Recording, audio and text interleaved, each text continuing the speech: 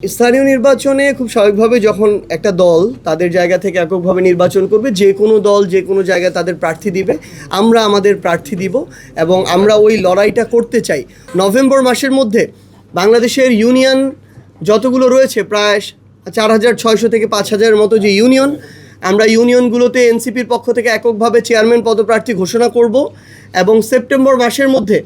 আমরা আরও 100 উপজেলা এবং পৌরসভায় পদপ্রার্থী ঘোষণা করতে যাচ্ছি এনসিপি সমর্থিত। এবং আমাদের এখন 13টা সিটি কর্পোরেশন রয়েছে, 5টাতে আমরা প্রার্থী দিয়েছি, বাকি 8টা সিটি কর্পোরেশনেই আমরা আবার সেপ্টেম্বর মাসে প্রার্থী ঘোষণা করতে যাচ্ছি। স্থানীয় নির্বাচনে খুব স্বাভাবিকভাবে যখন একটা দল তাদের জায়গা থেকে এককভাবে নির্বাচন করবে, যে কোনো দল যে কোনো জায়গায় তাদের প্রার্থী দিবে, আমরা আমাদের প্রার্থী দিব এবং আমরা ওই লড়াইটা করতে চাই। হয়তো কোনো জায়গায় আমরা প্রত্যাশা অনুযায়ী ভোট পাবো না, হয়তো কোনো জায়গায় আমরা খুব শক্তিশালী ফাইট দিব, হয়তো অনেক জায়গায় আমরা বিজয়ী হয়ে আসব, কিন্তু আমরা প্রত্যেকটা জায়গায় বাংলাদেশের প্রত্যেকটা ওয়ার্ড, ইউনিয়ন, উপজেলা, পৌরসভায় আমরা আমাদের প্রার্থী ঘোষণা করব এবং আমরা বিজয়ের জন্যই আমাদের এই লড়াইটা করবো ইনশাআল্লাহ।